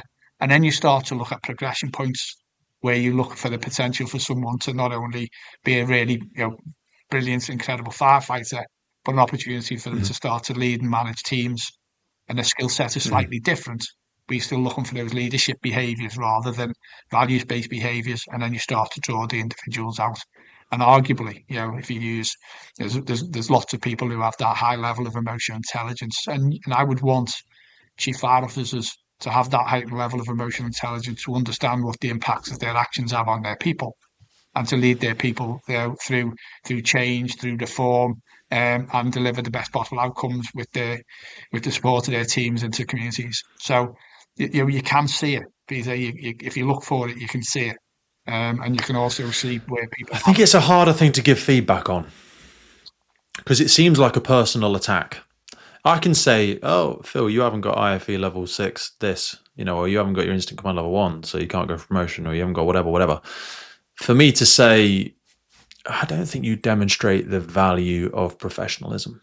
I don't think you demonstrate the value of community first, whatever it is. I'm talking about the type of person you are now. Which is I think that's why we avoid, we've had several, probably many podcasts around difficult conversations. And this is one of those. And I would like to think most people would say we're very good at doing the thing. We go to the incident, we do the thing. Doing the thing we're pretty good at. We're not perfect. We see a lot of stuff in debriefs, but we're pretty good. All of the news that we see, all of the challenges, not all of, the vast majority of, are around our cultures. And I don't. If you were a business and you looked at your proportional investment in the things that you're not very good at, if you had really bad IT solutions and you're only putting 10% of your investment in that, it's not going to get any better, is it? Do you think we're investing enough in personal development? What does that? And this is an enormous topic, so I know we're going to fail in giving it its full sense. I'm terrible at this. It's more in my brain works. I jump all over the shop, but it's something I really want to bring more focus to. And it's a hard thing to fund because it's not saying, well, what we need is we need some more tactical firefighting stuff. We need a boat to train on. We need a whatever. They're almost easier answers because they're just maths and resources. Yeah. The stuff we're talking about is the soft skills. It's the feel. It's the felt sense of how we do things around here and how we treat each other, how we talk to each other. Yeah, and looking at we take it back to a little bit of a fundamental. I don't think we're very good at giving feedback. And I think we're worse at taking it, to be perfectly honest with you. We like to point fingers, we don't like to point thumbs. But look, there's a mindset in there, and and sometimes we tell people what we think they want to hear, right? So you'll come to a process, Peter, and you'll come up short, and I'll say to you, you've hit the bar, you're really close, your answers were fantastic, but someone just picked you. But I'm getting if you do that flashbacks. again, it'll be amazing, right? Instead of saying to you, actually, Peter, when you walked into the room, the way you slouched in your chair, your answers were ill-formed. You hadn't done enough research, right? Because I'm trying to make you better. And if I just kind of pass off you hit the post there and that was good effort, but try again next time, I'm not doing you any favors whatsoever. I need to be really effective in how I kind of communicate it and how I share and critique your performance. And that's the same across the board. And whether you've been on a fire station, you've been a team, or you've been a process, honest kind of, constructive, critique. But the other side of that is people are petrified of grievances, petrified of No, well, hang on a minute, Phil. That's not the standardization. That's not you do. You mark the sheet. Which bit of the sheet did I not tick? You know what? I'm going to grievance this. Yeah. You know what I mean? I'm not grievance that, but it just sounds like a flashback. I've done 43 processes in the last 5 years in the place where I work in the world, in the UK. Been successful about 15 of them and got 3 jobs, I think, from them. So I've done a lot of this, and I'm making it very personal here. We'll get off this. I don't think I'm the sharpest knife in the drawer, but I also don't think I'm stupid. That there's something I'm just not getting, or the feedback's not right, or whatever. We won't get into a personal coaching session, but a lot of the time, sometimes it can be very generic, can't it? Like you've said, because we don't like giving it. We're worried if I say the wrong thing and I say, "Oh, Pete, you were just too intense. You kept going all over the shop. You didn't stay on topic. I couldn't really follow you. I'm trying to take notes, and you're just all over the shop," which might be likely what my problem is: brevity and staying on topic. But it's hard. You know, I don't know how much we do around giving people that feedback, because it can start to feel personal, and I think people worry about saying the wrong thing. So you go back to development. It's a skill, right? To give them feedback is a skill, right? So you talk about you talk about emotional intelligence. You talk about it coming from a good place. So if I'm going to give you feedback around your performance in any way, shape, or form, and I want you to get better, it's pointless me telling you what you want to hear. I need to tell you what you need to hear, right? And so that investment of my time in you would be wasted if I just say, "Oh yeah, that was really good, and you'll get a job next time." Right? That's no good to you. You need to have something to take away, and even if you don't like it in the first, it's so demoralising. Reflect on, and it is, but it's a waste of time. So you go back to we commented around the inspectorate, and I'll give you a self reflection, because when you hear. Actually, for me, I'll use Merseyside. You know what? You come a little bit short there. My instant reaction is, "Well, I don't think so." Right? Yeah. But I managed to control that and go, "Okay, let's take a step back. Let's think about it. Let's reflect back on what's been said, and let's see whether there's any legitimacy to it." And more often than not, I then go back to the process being a good process. I go, "Actually, do you know what? That's fair." Right, okay, there's some stuff that we can do to improve there. And that's what you've got to do personally and organisationally to be able to perform to your best. I think you referenced there about development being a skill, and also interviewing. Like, I've done interview training before, and the first question I asked to the person delivering the training, not to be provocative or anything like that, I said, "Has anybody ever failed this training?" They said, "What do you mean?" I said, "Has anybody ever failed interview training?" They said, "No, you can't fail interview training." Yeah, you should be able to, because I think some people would make for terrible interviewers. Maybe I'm not very good at it. I just talk to people a lot. It doesn't make me a good interviewer by any stretch of the imagination. It's a skill. It's the same as mediation is a skill. Not everybody can get the best out of somebody else. And this is why we're seeing, like, we had Hannah Valance on the podcast a long time ago. She runs a company where they do a lot of middle management promotion processes, because just outsourced it, because we've gone, you know what, I don't think some of our people are doing this very good in terms of standardization. It might be a capacity issue that those are my words, not yours, but like, do you think we should just outsource this to people that can do it standardized in a better way? Right. In interviews, I suppose, I think you'd want some levels of independency in there, and you'd want a diverse, panel in the nicest possible way as well, because that then means that, there's a breadth of thinking, and like Green and Grey Book, you want a bit of a mix. You want people that have different views on the organisation. Yeah, and diverse panels dependent on circumstances in regards to gender and ethnicity and the like. Certainly, that really key roles within an organisation. So when you kind of construct your interview process to reflect some of those things and assure yourself that you've got. Is that a privilege of size though? Because I imagine you could do that in a larger organisation. No, but you go back. You can bring people in to support you to do that. So who've got an independency of view and thinking, and they can give you an unbiased view of an individual's performance. And again, I'm not suggesting for a minute that people are biased, but the very nature of of me and you having unconscious bias is how it works. We've got an opinion, we've got a view.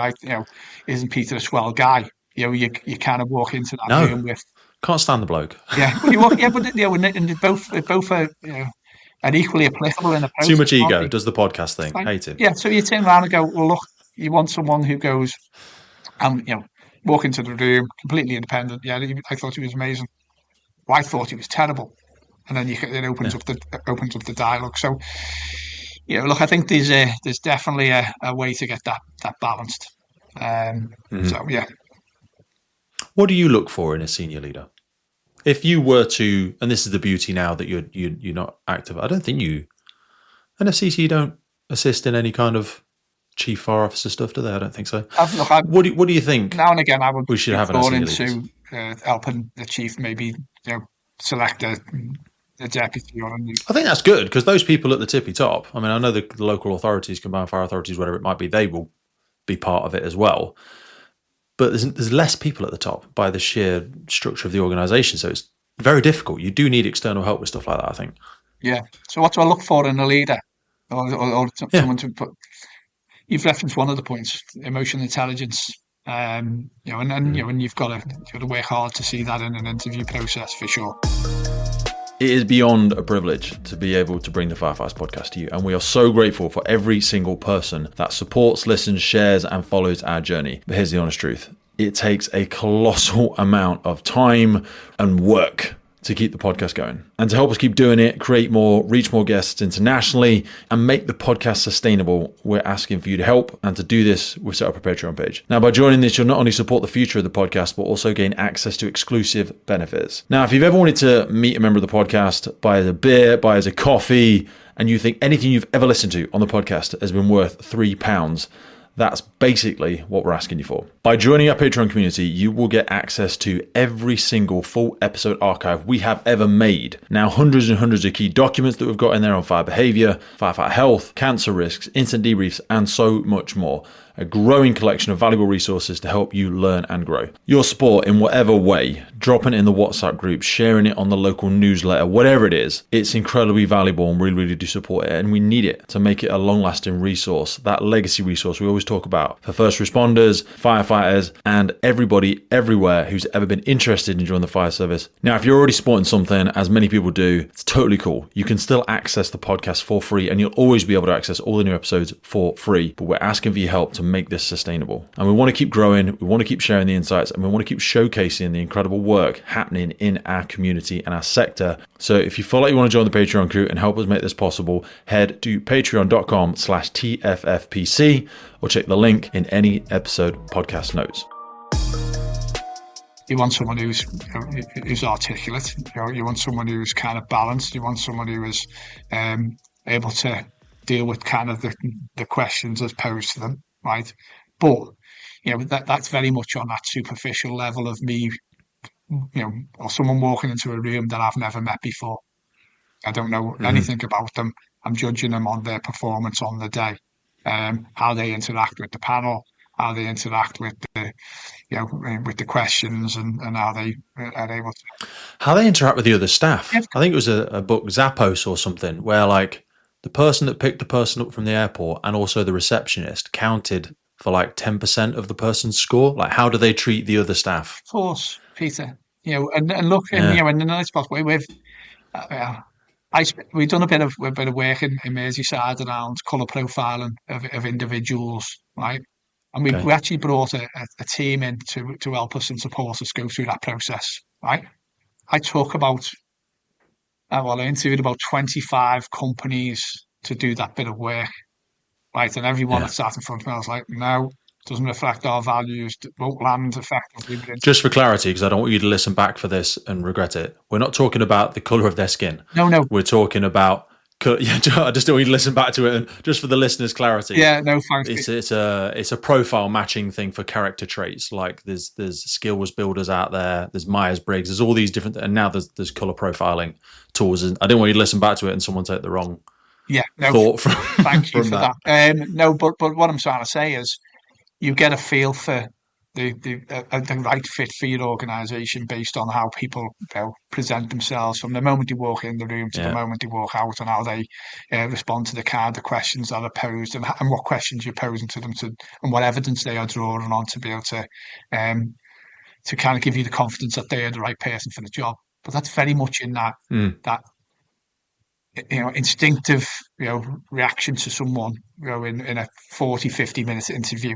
But then you've got to kind of be able to see how people perform in the organisation if you are selecting someone from within your organisation over a career or a period, and draw on some of that stuff through your process. So your process isn't just predicated on a 40 minute interview and a mark sheet. It's also practicing how they present information. A big amount of it does need to stand for me on their ability as a communicator and also their mindset and their character traits. Because you can train a skill set, can't you? Hence why we train firefighters. That you don't need the skills to come in. You need character traits. You have problem solver, emotional intelligence, honesty, all that jazz.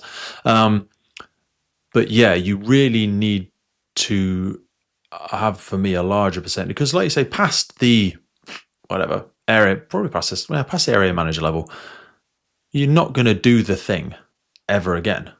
You're not going to do the thing.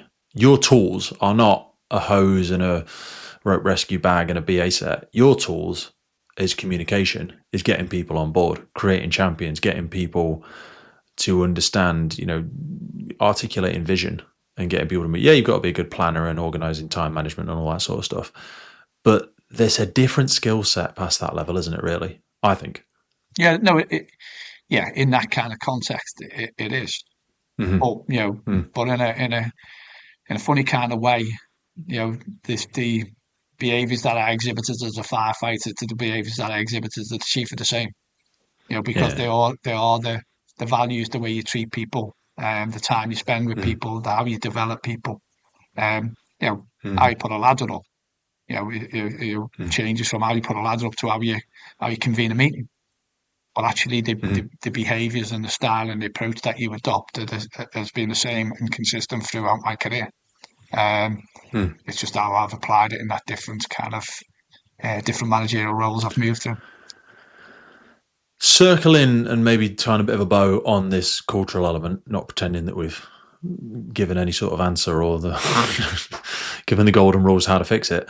What are the frustrations that you hear from chief fire officers when the media and everything is bludgeoning the UK Fire and Rescue Service over the head with our abhorrent racist, sexist, bullying, misogynistic culture that seems to get sprayed all over the national media?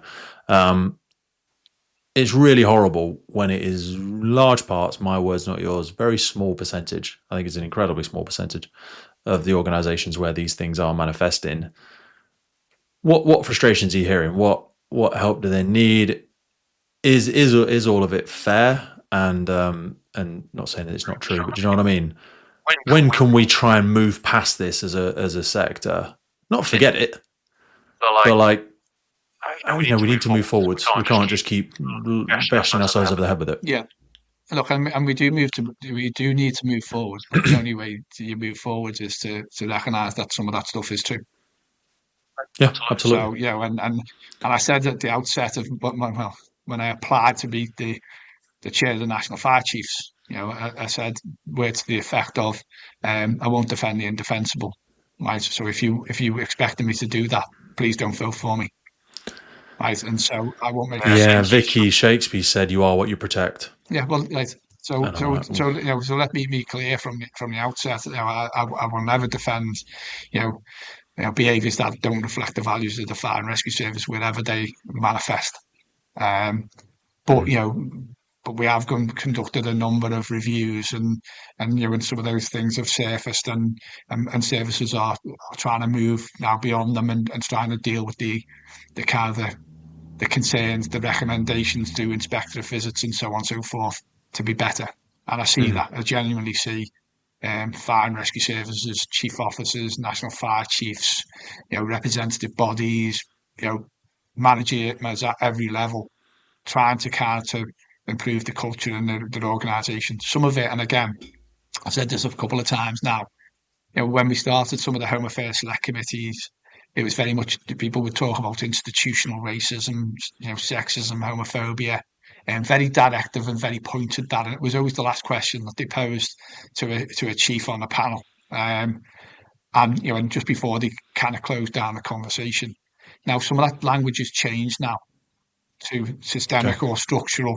That is far more acceptable to me, because it means the improvement and the changes that everyone's responsibility who form a part of the ecosystem of a fire and rescue service, and that extends to government. We've talked about capital funding. How can your service be inclusive if you've got a female firefighter having to get washed in a sink?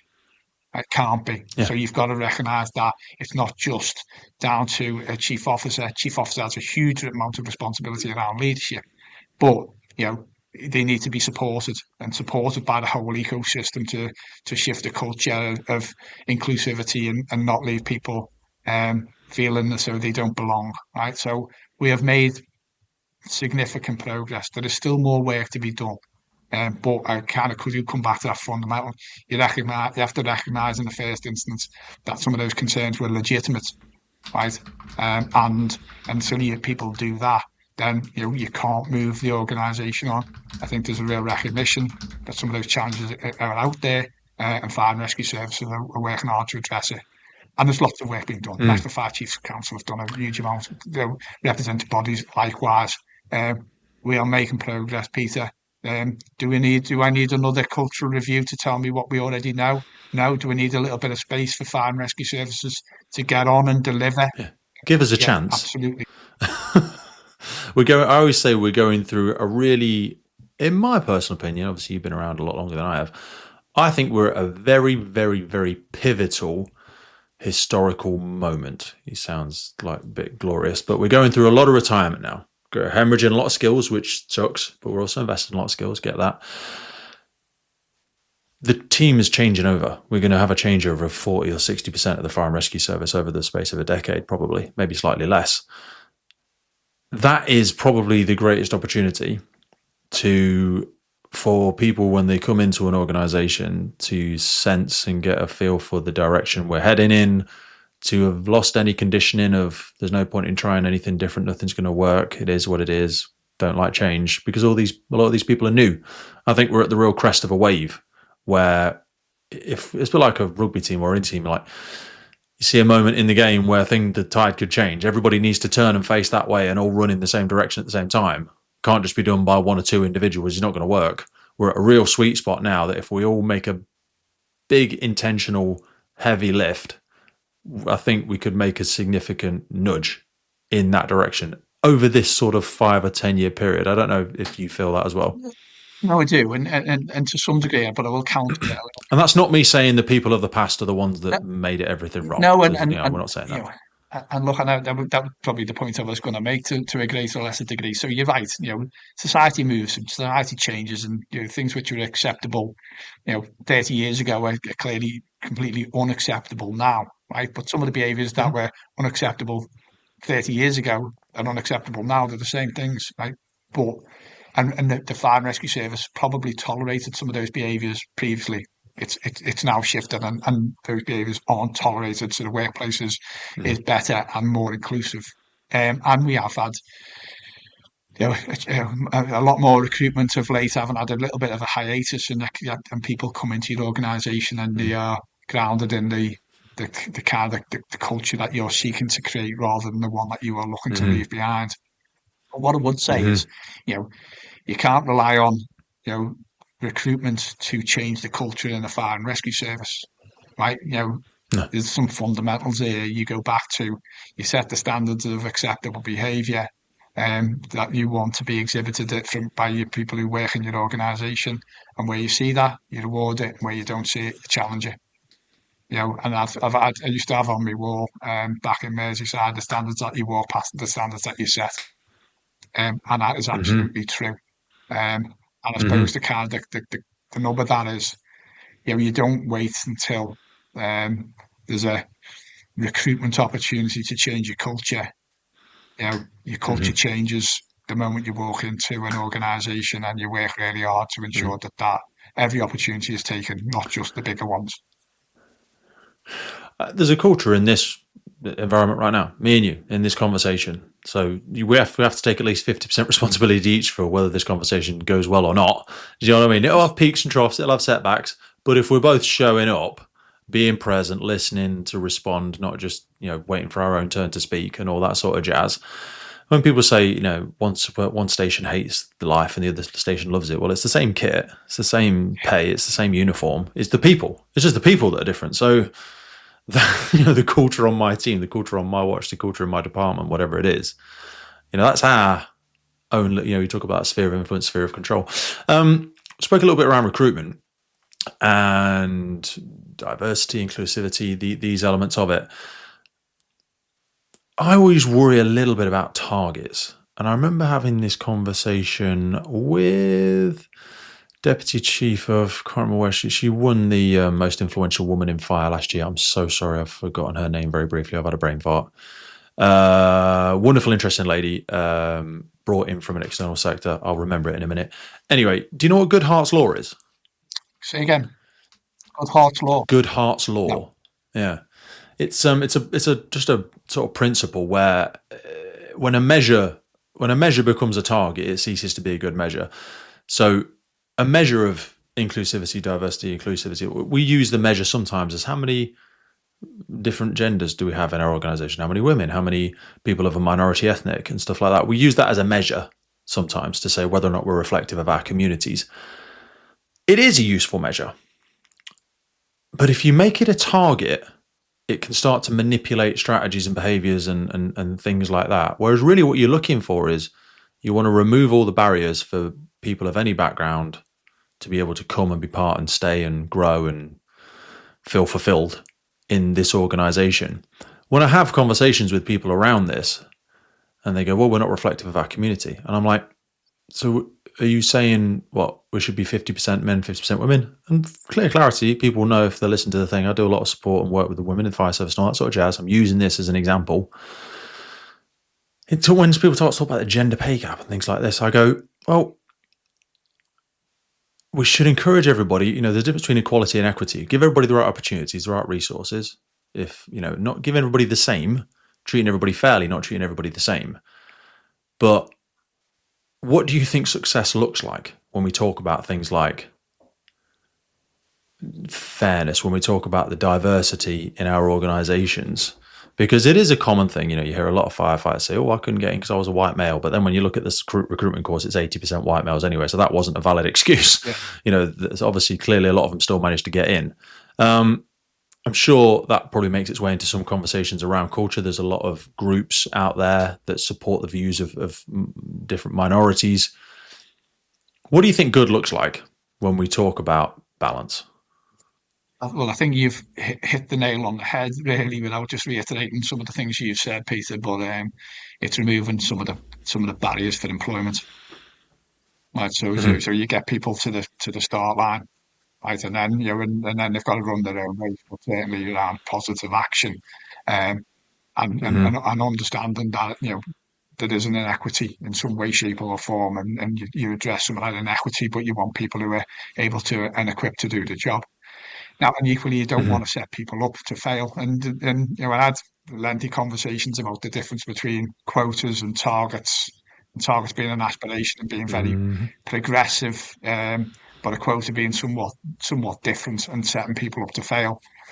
The best way I can describe it was when I kind of come into my role as the deputy in Merseyside, we still had what you would argue were quotas around, the makeup of the organisation and so on and so forth. And I got rid of them.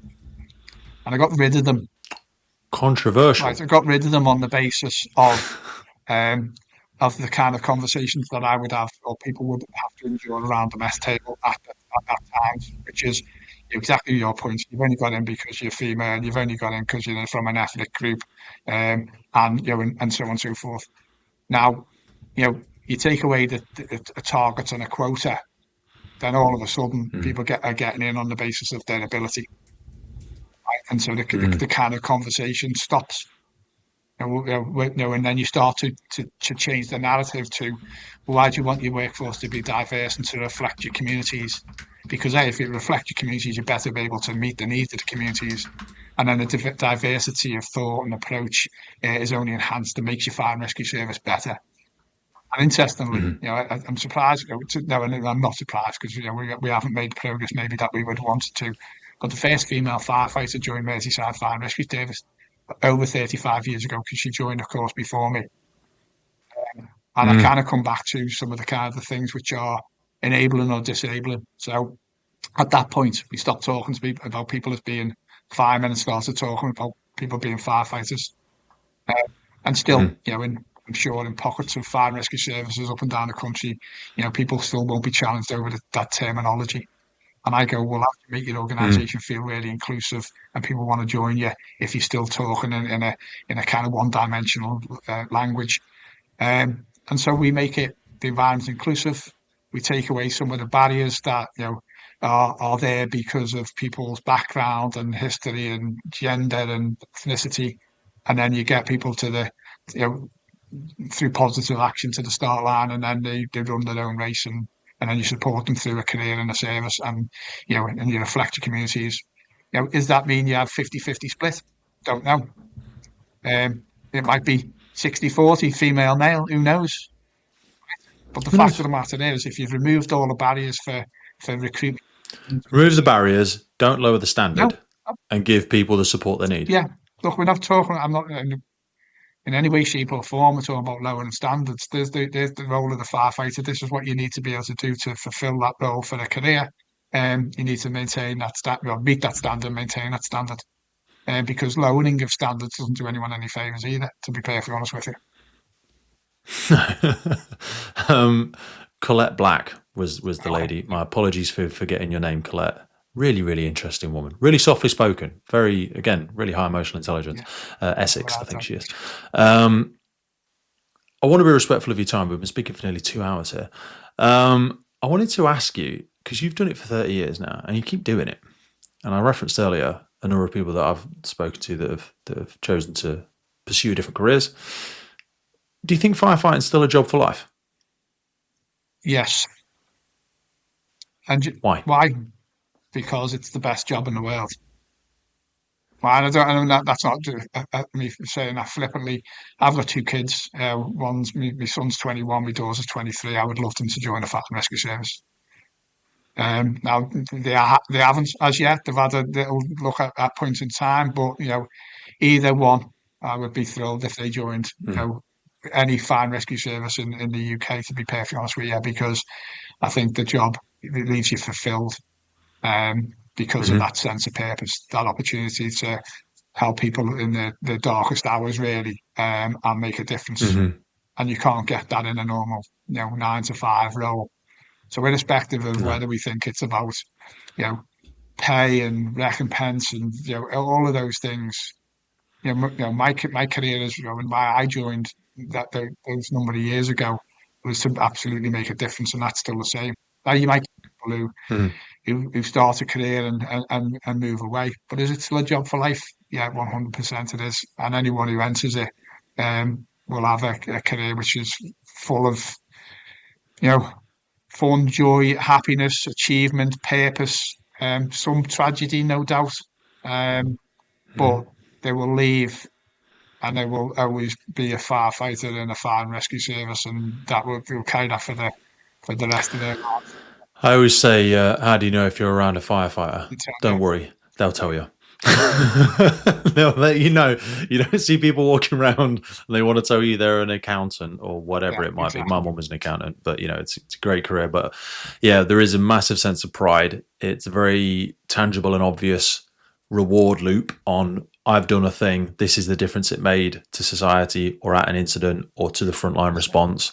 There's a real connection you can draw. It's quite a short thread where you go, no, I did this and it helped us do that, and it saved someone's life. It saved public, it made the environment better, whatever it might be.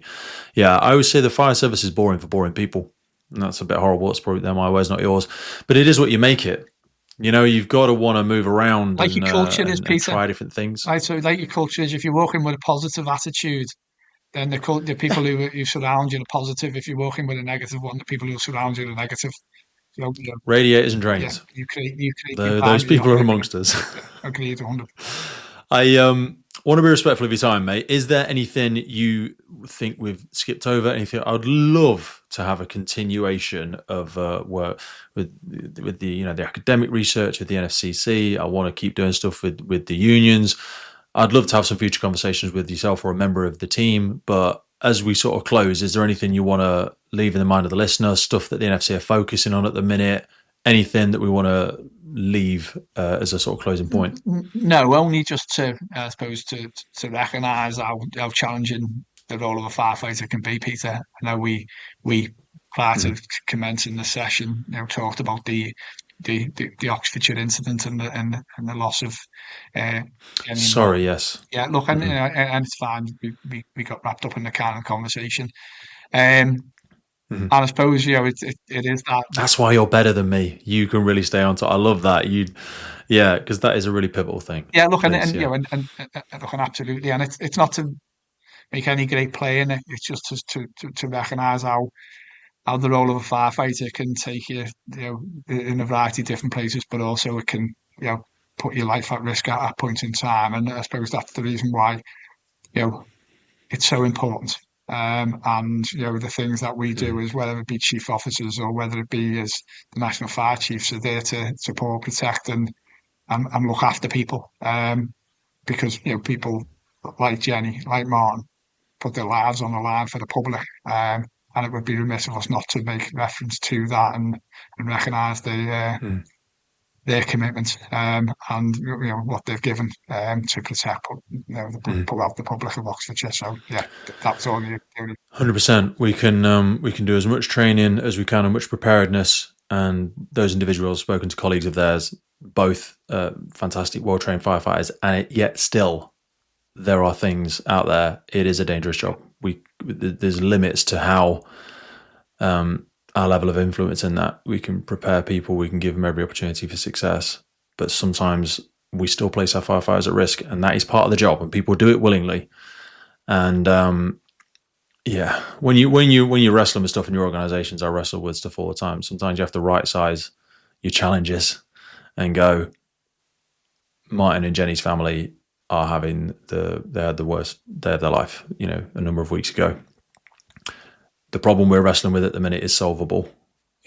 We've not got to pay that cost today. What we've got to do is ensure we're better prepared tomorrow to ensure we spoke about the expanding role of the firefighter.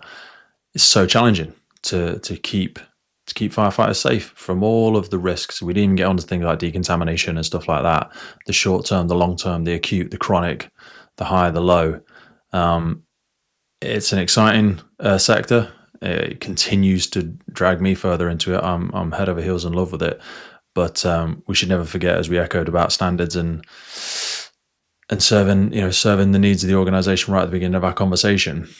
We need to continue to do that, not rest on our laurels. Keep researching, keep investing in our people, both from a leadership and an operational perspective. But I love it, mate. Obviously, we've had some interactions in the past. I've seen you at some of the Firefighter Challenge events.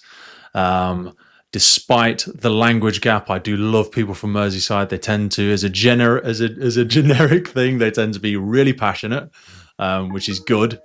So I'm excited that you're in this position, mate. I look forward to doing more work and conversation and supporting the work of the NFCC as things progress. But I really appreciate your time today, mate, and I look forward to chatting to you. Lovely. Thanks, Peter. Likewise. Well, that's it for today, folks. Hope you took a lot away from that episode. We started the Firefighters Podcast to develop, inspire, connect, motivate, represent, and most importantly, celebrate the world of incredible emergency services operators and the wider sector through this series of wide-ranging conversations. We really love creating this podcast and bringing it to so many people.